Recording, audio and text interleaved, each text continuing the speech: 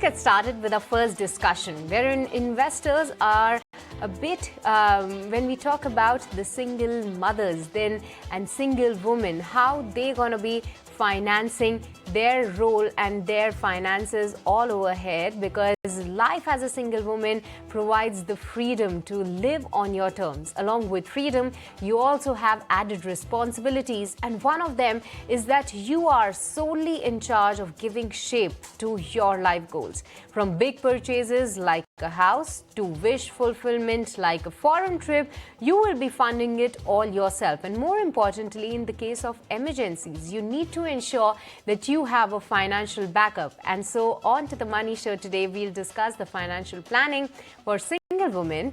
We'll be joined by Priti Rathi Gupta, who is the founder and MD at LXME. A very good evening, Priti, and great to have you on to the Money Show. Firstly, wanted to get your sense, because you have been interacting with a lot of women out there, how difficult it is to manage your finances as a single woman, because a lot of times we see that there are responsibilities.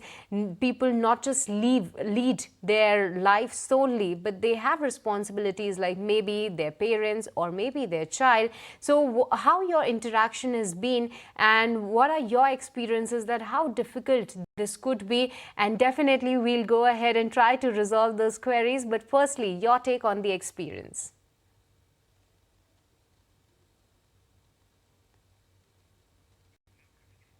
Priti, would like if you could just unmute and go ahead, please. I'm so sorry. I said thank you for having me on the show, and particularly on a topic that I really love, that's so close to my heart and I love talking about. So look, when it comes to single mothers, firstly, if you look at just data, I think the number of single women rather, have increased by almost 30% over the last 10 years.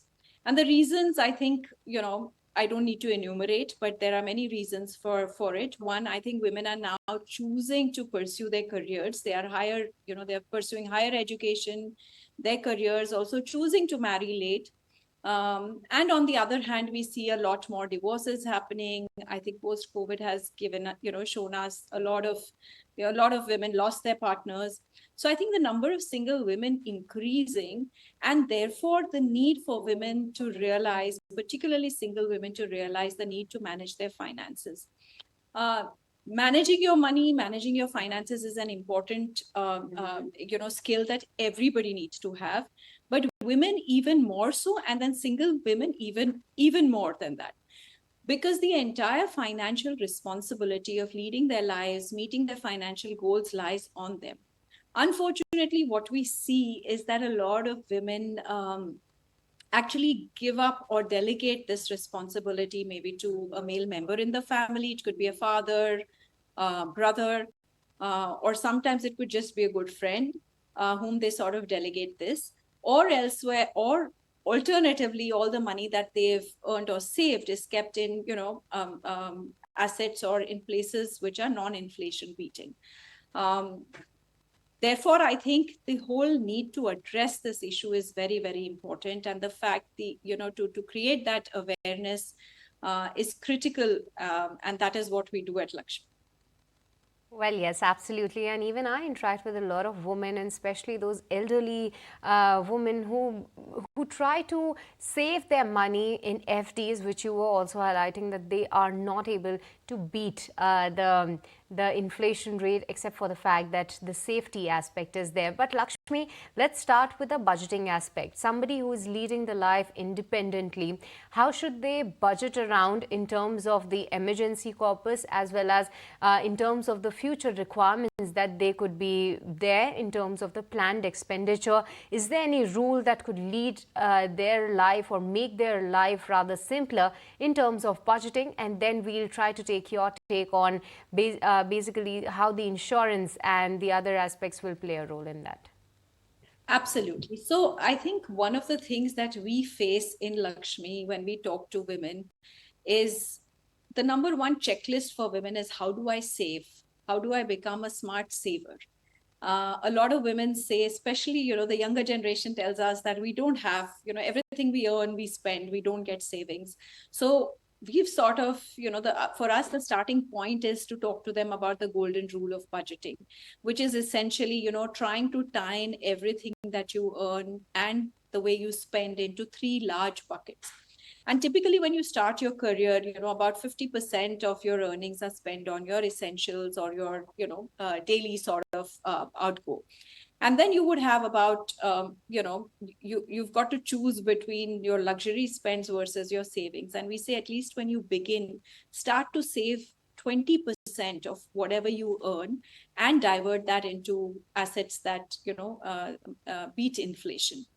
And as you grow in your career and your earning, typically that bucket should grow larger. So say, with the 15 essentials, 30% in maybe your luxury spends. And today we would categorize everything, including cell phones, etc., into luxury spends, right? So if you sort of take smaller, some amount of money from your essentials to your luxury spends and start increasing your savings, because as you grow older, your financial goals grow broader, right? You have more responsibilities, you have children, you need to invest and save for your children's education, you need to start doing your retirement planning. So that's how we recommend the goal, we call it the golden rule of budgeting, and we recommend that's the starting point. And based on this, we talk about three very important things that every woman should do, no matter what age. The first thing is make sure that she's taken insurance. And we'll talk about insurance, like you said, later. But that's the first thing that she should go out and do. The second is the two important financial goals for her is, one, create an emergency fund for herself. What this means is at least 8 months to a year worth of her living expenses should be kept saved and kept aside in case of an emergency. If she loses her job, if there's a job cut, if there's a medical emergency and she cannot earn her money. So at least 8 to 12 months of her living expenses and lifestyle are taken care of. And the next one is the retirement planning. The earlier you begin your retirement planning, the richer you retire. And retirement, unfortunately, is one place that women just seem to completely forego and not pay attention to. In the LXME Women and Money Power survey that we did in 2022, 98% women have not thought about their retirement.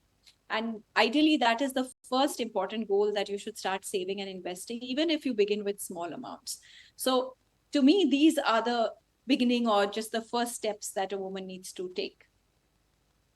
Thank you so much, Preeti, for highlighting that. But let's touch upon the insurance aspect, because when you are single, you feel a bit light in terms of the responsibilities that moving ahead, they try to lead their life independently. When you are single, you don't have that added burden. But the point is that you still have a family, you still have somebody who has been looking forward to. So how important it is to go ahead and take a life insurance, take a term insurance, and more importantly, take a health insurance, and how should they go about it?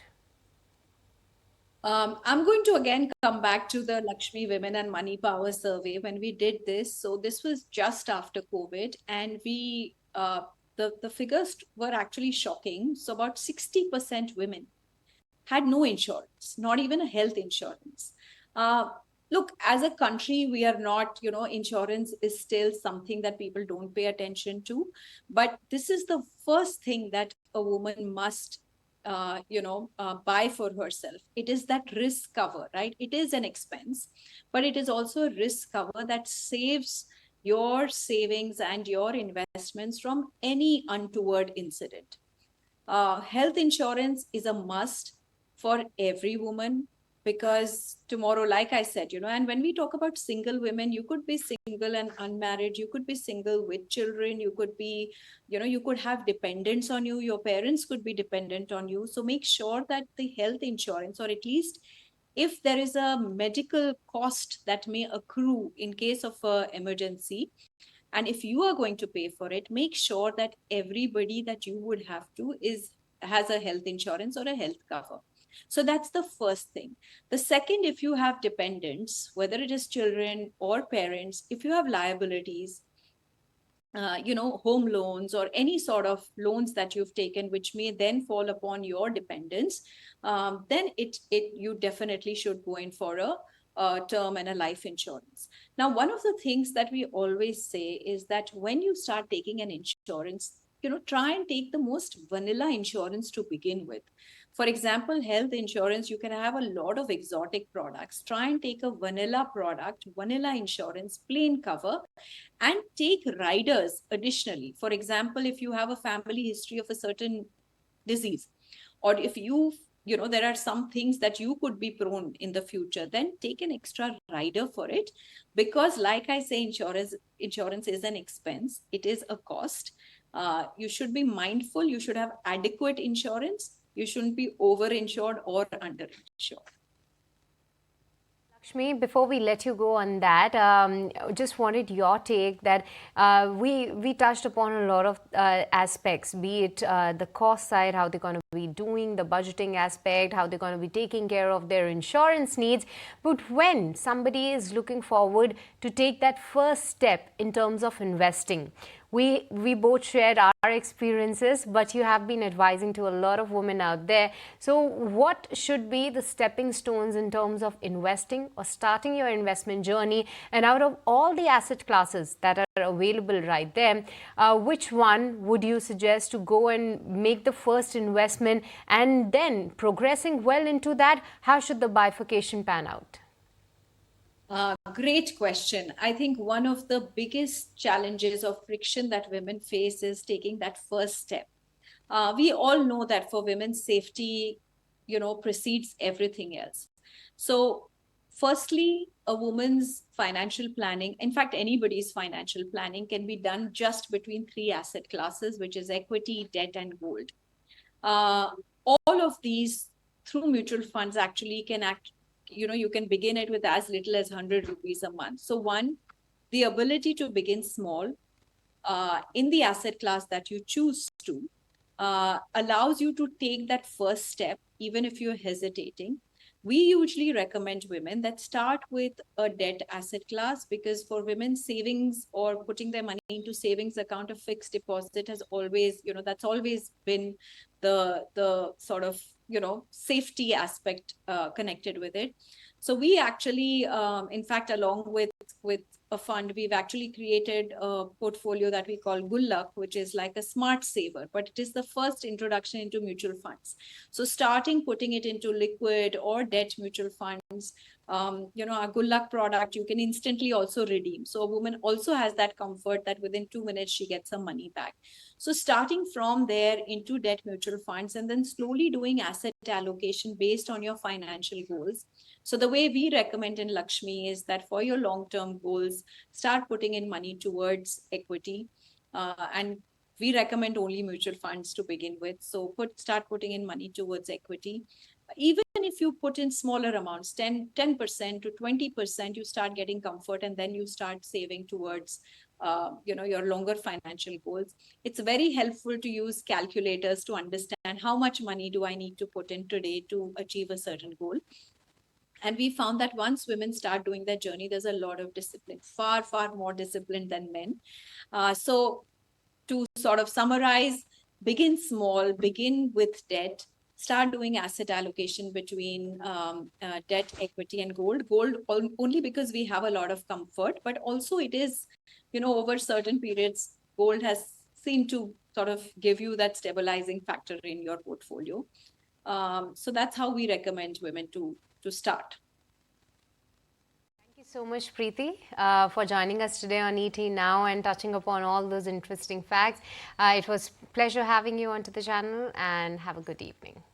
Thank you. Thank you for having me. But with this, viewers, that was the wrap to our first discussion, but many more interesting discussions lined up ahead. But just after this quick break, so don't go anywhere, we'll be right back.